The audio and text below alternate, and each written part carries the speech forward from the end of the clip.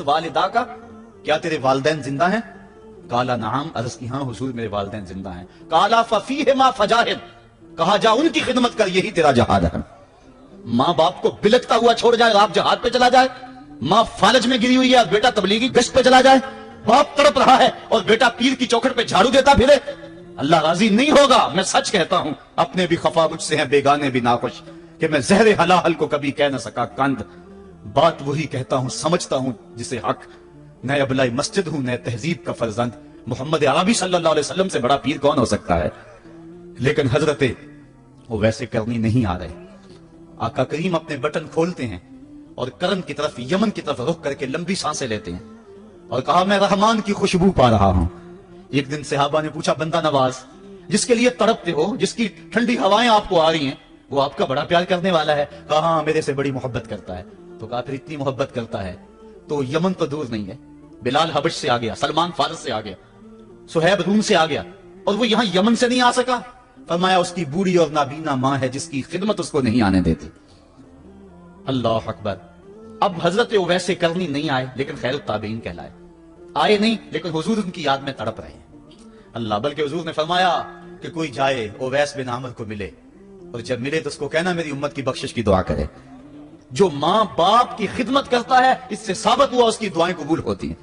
میں نے ایک روایت میں پڑھا ہے کہ جو آدمی روزانہ اپنے والدین کے لیے دعا کرے، والدین زندہ ہوں تب بھی، والدین فوت ہو گئے ہوں تب بھی، یہ عادت بنا لے، روزانہ ماں باپ کے لیے دعا کرے، ساری زندگی اس کے رزق میں بے برکتی نہیں آئے گی، اللہ اس کو رزق کی فراوانی عطا کر دے گا۔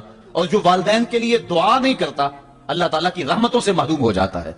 حضرت ابو ہریرہ رضی اللہ تعالیٰ عنہ جب بھی ہاتھ اٹھاتے تھے تو یہ دعا کرتے تھے، اللہم اغفر لأبی ہریرہ ولأمی ولمن استغفر لہما، اے اللہ ابو ہریرہ کو بخش دے، حضرت ابو ہریرہ کی ماں کو بخش دے، اور قیامت تک جو ہم دونوں کے لیے بخشش کی دعا کرے اس کو بھی بخش دے۔ حضرت امام محمد بن سیرین ایک بزرگ ہوئے تابعی، جب بھی دعا کرتے تھے یہ دعا ضرور کرتے تھے، اے اللہ ابو ہریرہ کی بخشش کر دے۔ کسی نے کہا کہ تمہیں ابو ہریرہ رضی اللہ تعالیٰ عنہ ان کی ماں سے بڑی ہمدردی ہے؟ کہا ان سے جو ہمدردی ہونی ہے وہ تو ہونی ہے۔ انہوں نے کہا ہوا ہے اللہ ابو ہریرہ اور ان کی ماں کو بخش دے، جو ان کے لیے دعا کرے اس کو بھی بخش دے۔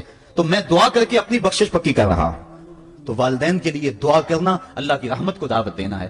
تو فرمایا کہ جاؤ اویس بن عامر کو جانا اور جا کے اس کو میری امت کے لیے دعا کا کہنا۔ حضرت سیدنا عمر فاروق حضرت علی المرتضیٰ گئے، جا کے ڈھونڈا، تلاش کیا، اویس بن عامر ملے، حضور کا سلام کہا، بس پھوٹ پھوٹ کے رونے لگے۔ کہا بتاؤ میرے رسول کے لبوں پہ میرا نام کیسے آیا تھا؟ حضور میرا جب تذکرہ کرتے تھے کیسے کرتے تھے؟ یہ درد دیکھا تو بولے کہ کیا آپ اتنی محبت رکھتے ہیں تو پھر ملنے کیوں نہیں آئے حضور کو؟ اتنا جو پیار رکھتے ہیں تو زیارت کرنے کیوں نہیں آئے؟ تو حضرت اویس کرنی نے بات کے رخ کو بدلا، کہا تم نے میرے رسول کو دیکھا؟ تم نے میرے رسول کی زیارت کی ہے؟ کہا ہاں ہم تو صبح شام وہاں رہے ہیں۔ کہا پھر بتاؤ حضور کے یہ ابرو جڑے ہوئے تھے یا کھلے ہوئے تھے؟ اب دونوں حیران ہو گئے۔ کہا تم نے تو دیکھا، میں نے تو دیکھا نہیں، تم بتاؤ نا، پھر میں تو گیا نہیں، مجھے کہتے ہو گیا نہیں، تم بتاؤ حضور کے ابرو جڑے ہوئے تھے یا کھلے ہوئے تھے؟ حیران ہیں۔ کہا حضور آپ ہی بتلائیے۔ کہا کوئی دور سے دیکھتا تو جڑے ہوئے نظر آتے، قریب آ کے دیکھتا تو کھلے ہوئے نظر آتے۔ یہ وہ ہے جو ماں کی خدمت کرتا رہا اور حضور کے دربار میں حاضر نہیں ہو سکا، لیکن حاضری اس کی تھی، وہ جہاں بھی تھا وہ نبی کے قرب میں تھا۔ تو اس لیے ماں باپ کی خدمت اتنا بڑا وظیفہ ہے۔ حضرت بایزید بستامی کہتے ہیں میں نے حق معاف کروا لی اپنی ماں سے، کہ ماں تیرے حق ادا کروں یا اللہ کے حق ادا کروں؟ تو مجھے اپنے حق معاف کر دے، میں اللہ سے اپنے حق معاف کروا لیتا ہوں، اپنی اللہ کو راضی کر دیتا ہوں۔ جنگلوں میں گھومتے رہے، 12 سال بیت گئے، ایک دن دوبارہ آئے، بستان کی سمت سے گزرے، خیال آیا چلو ماں کو سلام کر جاؤں۔ تہجد کا وقت تھا، رات کا وقت تھا، دروازے پہ کھڑے رہ گئے کہ میری ماں سوئی ہوگی، میں نے کبھی کوئی خدمت نہیں کی ماں کی، تو اب اٹھا کے تکلیف کیوں دوں؟ ساری رات کھڑے رہے۔ جب تہجد کا وقت گزرا تو نالی سے پانی آیا، سمجھ گئے کہ میری ماں تہجد کے لیے اٹھی ہے، دروازے کے قریب ہو گئے تو ماں نے ہاتھ اٹھا لیے، کہا اللہ میرا بیٹا بایزید تیری طلب میں نکلا ہوا ہے، میں نے اسے اپنے حق معاف کر دیے، تو اس کو اپنا وصال عطا کر دے۔ حضرت بایزید دروازہ کھٹکھٹانے لگے اور ماں کے قدموں میں لپٹ گئے اور رو کے کہنے لگے جس رب کو میں جنگلوں میں تلاش کرتا ہوں وہ تو رب میری ماں کے پاس ہے۔ تو ماں کی دعاؤں میں اللہ کی رضا ہے، ماں راضی ہو جائے تو سمجھ لو خدا راضی ہے۔ اللہ تعالیٰ جل شانہ نے ارشاد فرمایا وَقَضَىٰ رَبُّكَ أَلَّا تَعْبُدُوا إِلَّا إِيَّاهُ، تیرے رب نے یہ طے کر دیا ہے کہ اس کے علاوہ کسی کی پوجا نہیں کرو گے، وَبِالْوَالِدَيْنِ إِحْسَانًا، اور والدین کے ساتھ اس نے سلوک سے پیش آؤ گے، اما یبلغن عندک الکبر احدہما او کلاہما فلا تقل لہما اف ولا تنہرہما، اگر تیرے پاس دو یا دونوں میں سے ایک بڑھاپے کو پہنچ جائیں تو پھر ان کے سامنے تو نے اف بھی نہیں کہنی اور نہ ان کو جھڑکنا ہے اور ان سے نرم لہجے میں بات کرنی ہے۔ جب ماں باپ جوان ہوں، بچوں کی ضروریات پوری کر رہے ہیں، ان کے تعلیمی اخراجات اور ان کے معاشی سارے معاملات درست کر رہے ہوں، تو اس وقت تو والدین کی بچے تعظیم کرتے ہی ہیں۔ امتحان اس وقت شروع ہوتا ہے جب ماں باپ بوڑھے ہو جاتے ہیں اور چلنے پھرنے کی سخت بھی نہیں رہتی، صرف سانس کی ایک ڈوری لٹکی رہتی ہے، اور جس طرح بچہ اپنے بدن سے مکھی بھی نہیں اڑا سکتا تھا، اب یہ حالت ماں باپ پر آ گئی اور بچے کی طرح مزاج چڑچڑا ہو گیا۔ زمانے کے حالات بدل گئے لیکن باپ کی وہ پرانی روش ہے، وہ اسی انداز میں اسی ڈگر میں بات کرتا ہے۔ یہ آزمائش کے دن ہے، یہ امتحان کے دن ہے، اب دیکھنا ہے والدین کی اس وقت تعظیم کون کرتا ہے۔ فرمایا اما یبلغن عندک الکبر، اگر تیرے پاس وہ بڑھاپے کو پہنچ جائیں، دونوں پہنچ جائیں یا تیری خوش قسمتی کہ دونوں میں سے ایک پہنچ جائیں یا دونوں پہنچ جائیں، تو پھر ان کی تو نے تعظیم کرنی ہے۔ کیا کیسے تعظیم کرنی ہے؟ فلا تقل لہما اف، تو نے ان کو اف بھی نہیں کہنا۔ حضرت امام فخر الدین رازی کے حوالے سے میں آج ہی صبح یا گزشتہ شب اف کی تشریحات دیکھ رہا تھا، انہوں نے 12-13 اقوال بیان کیے ہیں لیکن 2 قول فرماتے ہیں۔ اف یہ ہے کہ انسان کے بدن کے اوپر جو شفاف رہتا ہو، صاف رہتا ہو، مٹی پڑ جائے، ریت کا ذرہ پڑ جائے تو اس کو پھونک مار کے اس کو ہٹاتا ہے، تو وہ پھونک سے جو آواز پیدا ہوتی ہے اس کو عربی میں اف کہتے ہیں۔ تو پھر اف ہر اس چیز کے لیے منقول ہو گیا جو ناپسندیدہ ہے۔ ایک تو قول یہ ہے کہ والدین کے سامنے اس احتیاط سے رہو۔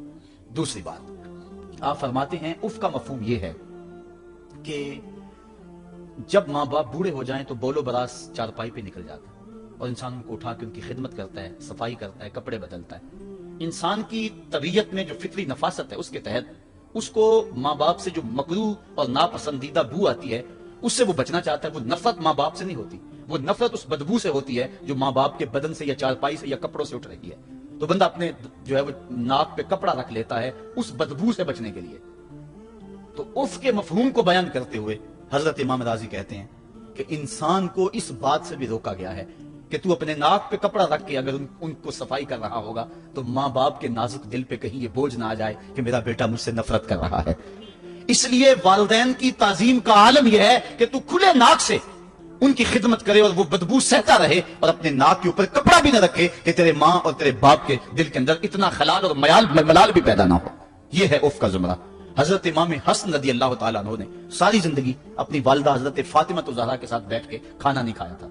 ایک دن حضرت سیدہ فاطمہ نے فرمایا کہ بیٹا میرا جی چاہتا ہے کہ میرے ساتھ تم بیٹھ کے کھانا کھاؤ، لیکن تم نے کبھی بھی میرے ساتھ بیٹھ کے کھانا نہیں کھایا، کیا وجہ ہے اس کی؟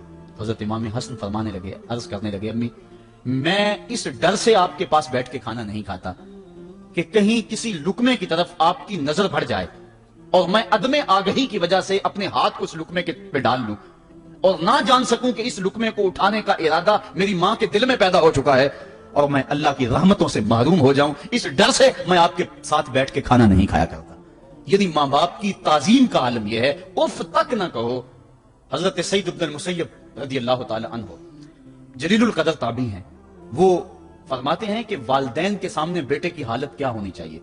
وہ فرماتے ہیں جس طرح بھاگا ہوا غلام پکڑا جائے اور اس کو پکڑ کے جو ہے وہ آقا کے سامنے پیش کر دیا جائے، تو اس بھاگے ہوئے غلام کو پکڑ کے جب آقا کے سامنے پیش کر دیا جائے تو جو حالت اس غلام کی ہوتی ہے، بیٹے کی حالت یہ ماں باپ کے سامنے ہونی چاہیے۔